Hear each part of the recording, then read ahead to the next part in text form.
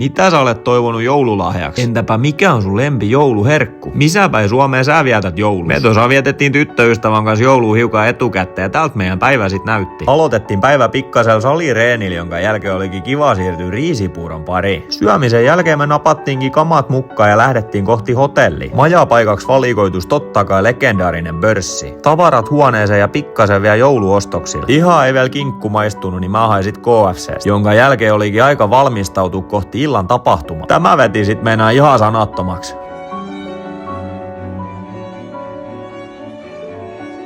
Konsertin jälkeen napattiin pikkaset eväät mukaan ja suunnattiin hotelliin. Käytiin katsomassa hiukan kattobaarin tunnelmaa ja ai että oli kyllä ihan viimeisen päällä. Sitten siirryttiinkin ottamaan pikkasen kuplivaa ja nautiskelemaan tapaksista, jonka jälkeen oli pikkasen kiva mennä kylpyyn ja käpertyä nukkumaan. Tuntuisi vähän siltä, kun koko viikonloppu olisi ollut vähän jotain elokuvaa. Kiitos vielä super paljon Scandikin ystävällisellä henkilökunnalla, ketä upgradeasi meidän huoneen. Kiitos kun katoit!